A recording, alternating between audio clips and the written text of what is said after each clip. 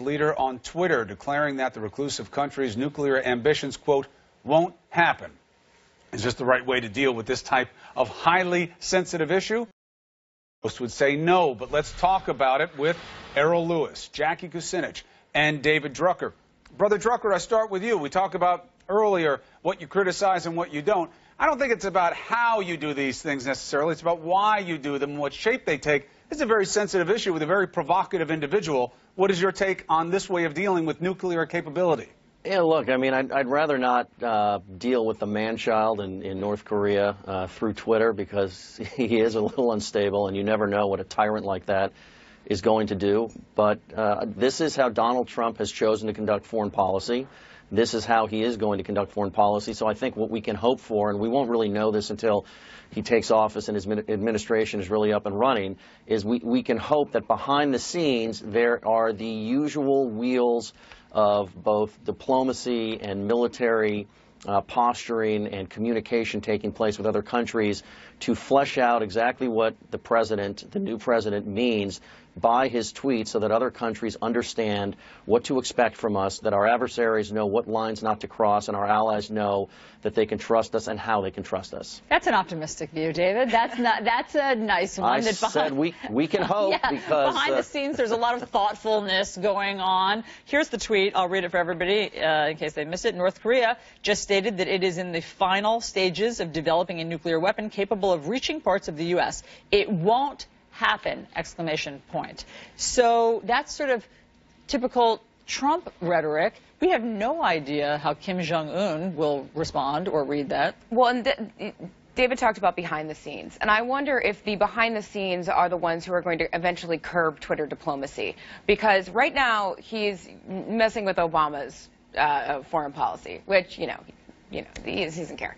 When it's his people in there, when they're trying to work on something and he and it mucks something up, that is going to be a problem for him. That is going to be then he's going to start hearing it from the inside. Whether he cares or not, that's something else entirely.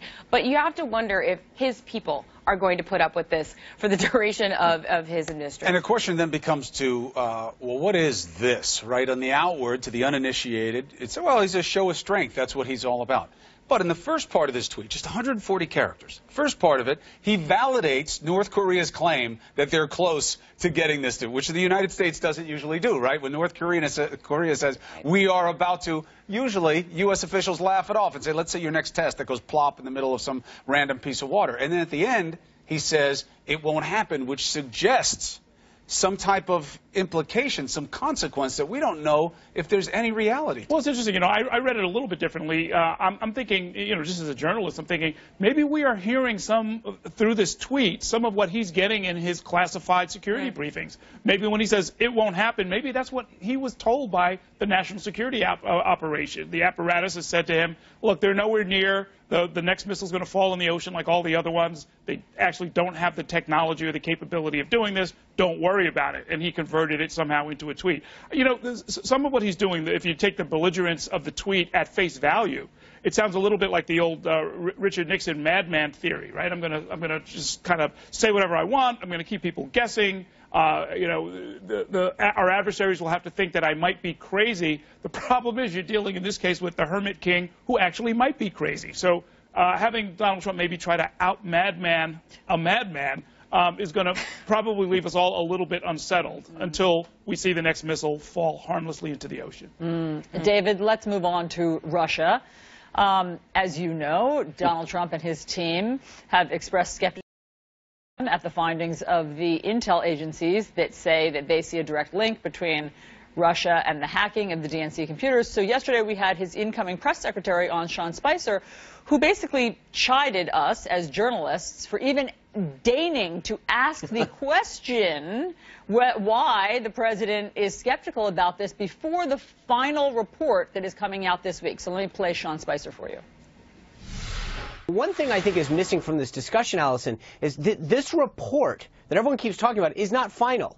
The current president of the United States hasn't seen a final report. The intelligence community is talking about wrapping it up later this week. So for anybody to be going out and talking about what's in the report, it's not final yet. And I think that the idea that we're jumping to conclusions before we have a final report is frankly irresponsible.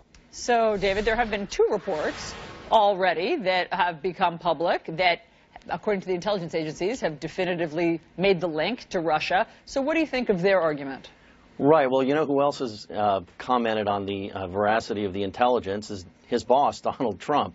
So it's not just critics and people suggesting that Russia has something to do with this and people who believe the intelligence reports. It's the president-elect himself who has commented on it before the report is finished.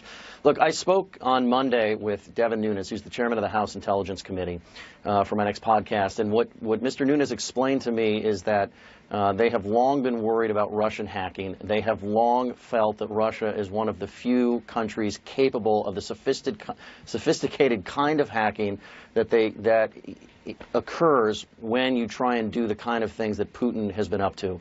And so the issue isn't, you know, were they not capable or were they capable? They're definitely capable. The issue is whether or not some of the things that went on during our campaign actually happened. It's possible that it did, and I think that we know the motive was there, and so we will over time if it happened. All right, just to be clear, David, did Nunes say to you that he doesn't think Russia was involved with the hacks that took place during the election? No, he didn't say that either way. What he said is he wants more information, but he reaffirmed what many Republicans have been telling us for years, that the Russians are bad actors, that they have been trying to hack our systems, that they have the capability, that not everybody does, by the way. It's not just some fat guy in a basement. Right. I'm just saying, we've been working this story hard. I haven't found anybody connected to the intel or any of the political side of it who will say that they don't think Russia had something to do with the hacks. Why they did it, they'll go in 1,000 different directions. But I haven't found anyone to say maybe it wasn't Russia, just for the record. Panel, thank you very much. Meanwhile,